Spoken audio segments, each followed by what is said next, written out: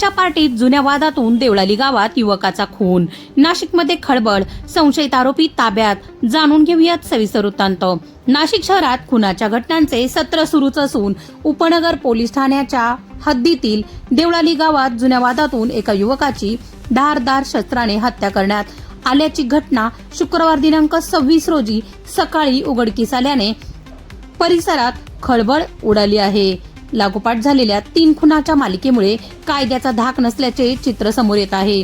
गुन्हेगारांवर पुन्हा कायद्याचा धाक बसवावा अशी मागणी नागरिक करत आहेत. मिळालेल्या माहितीनुसार विशाल माळवे वय 36 राहणार सुवर्ण सोसायटी खोलेमळा याचा शुक्रवारी पहाटे खून करण्यात आला.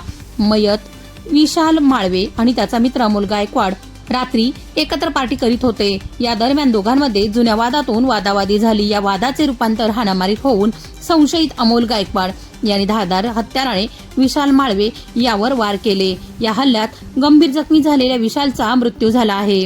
घटनेची माहिती मिळताच उपनगर पोलीस घटनास्थळी दाखल झाले. पोलिसांनी मृतदेह ताब्यात घेऊन शवविच्छेदनासाठी जिल्हा रुग्णालयात पाठविला आहे. दरम्यान संशयित अमोल गायकवाड याला पोलिसांनी ताब्यात घेतले असून उपनगर पोलीस ठाण्यात गुन्हा दाखल करण्यात आला आहे.